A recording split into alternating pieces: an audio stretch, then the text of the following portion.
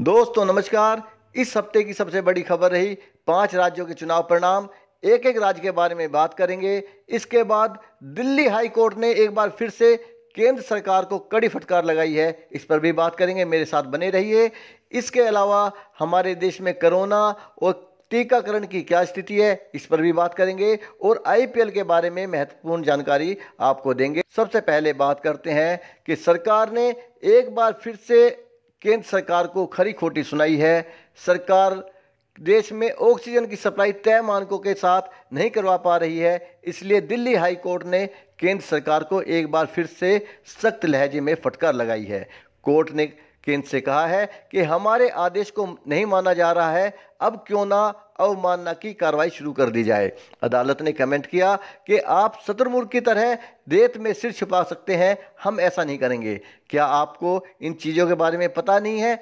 सुनवाई के दौरान जस्टिस विपिन सांघी और जस्टिस रेखा पल्ली की बेंच ने केंद्र सरकार की इस दलील को खारिज कर दिया कि मौजूदा इंफ्रास्ट्रक्चर को देखते हुए दिल्ली को 700 मीट्रिक टन ऑक्सीजन नहीं दी जा सकती।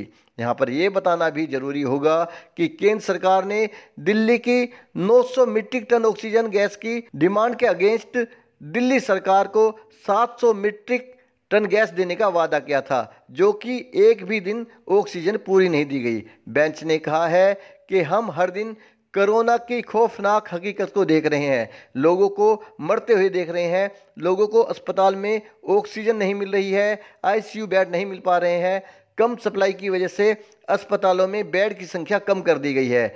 आप भी इस शहर का हिस्सा है, क्या आपको हालत दिखाई नहीं दे रही? क्या आप एकांत इमारतों में रहते हैं? दोस्तों, अदालत आमतौर पर केंद्र सरकार को इतने सख्त लहजे में कभी डांट नहीं लगाती, लेकिन ये सरकार फिलहाल हाई कोर्ट की बात भी सुनने के लिए तैयार नजर नहीं आती। कोर्ट ने सरकार को फिर से एक सख्त लहजे में कहा है कि अब बहुत हो गया, 490 नहीं, केंद्र सरकार रोजाना 700 मीट्रिक टन ऑक्सीजन दिल्ली को सप्लाई करे थी। 3-4 दिन पहले की बात है कि अब बहुत हो चुका है, पानी सर के ऊपर से गुजर चुका है और हम लोगों की मौतों पर आंखें बंद नहीं रख सकते और सरकार के कार्यों को देखकर लगता है कि सरकार आम जनता को मारना चाहती है। सख्त लहजे में कहा है कि अब बहुत हो गया, 490 नहीं, केंद्र सरकार रोजाना 700 मीट्रिक टन ऑक्सीजन दिल्ली को सप्लाई कर और हम अब इस बारे में कोई दलील नहीं सुनना चाहते। दोस्तों, इसके बाद में बात करेंगे 5 राज्यों के चुनाव परिणामों पर। ये 5 राज्य हैं: पश्चिम बंगाल, तमिलनाडु, असम, केरल और पुडुचेरी। इनके नतीजे आए हैं। सबसे पहले बात कर लेते हैं पश्चिम बंगाल की, जहां पर तृणमूल कांग्रेस ने इन चुनावों में एक तरफा अंदाज में जीत हासिल करते हुए एक बार फिर से सत्ता की वापसी की है। टीएमसी ने 294 विधानसभा सीटों में से 213 अपने कब्जे में की हैं, जबकि भारतीय जनता पार्टी इन चुनावों में दहाई का आंकड़ा भी पार नहीं कर पाई और उन्हें 77 सीटों से संतोष करना पड़ा है। 2 सीटें अन्य को मिली है, जबकि कांग्रेस अपना खाता भी नहीं खोल पाई। हालांकि टीएमसी को इन चुनावों में प्रचंड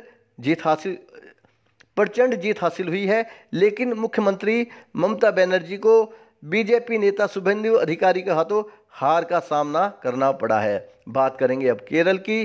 केरल में सत्तारूढ़ पार्टी सीपीएम के वाम मोर्चा दल ने एक बार फिर से सत्ता में वापसी की है। केरल की 140 विधानसभा सीटों में से 76 सीटों में एलडीएफ को जीत मिली है, जबकि यूडीएफ को 40 सीटें मिली हैं। अदर्स के हिस्से में 24 सीटें गई हैं। वहीं एनडीए को इन चुनावों में खाली हाथ रहना पड़ा है।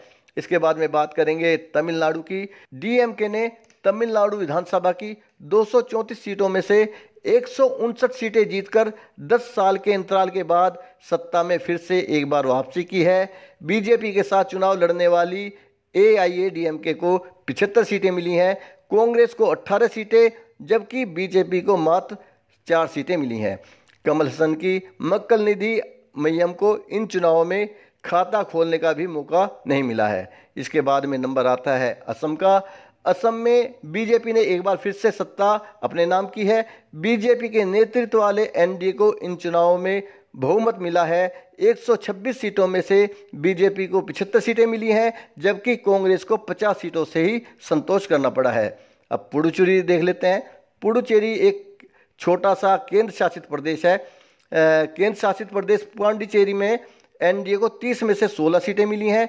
चुनाव बीजेपी की सहयोगी पार्टी एनआर कांग्रेस ने 10 सीटें जीती हैं। बीजेपी ने 6 सीटें और कांग्रेस ने सिर्फ 2 सीटें अपने नाम की हैं। इसके अलावा डीएमके और अन्य ने 6 सीटों पर कब्जा जमाया।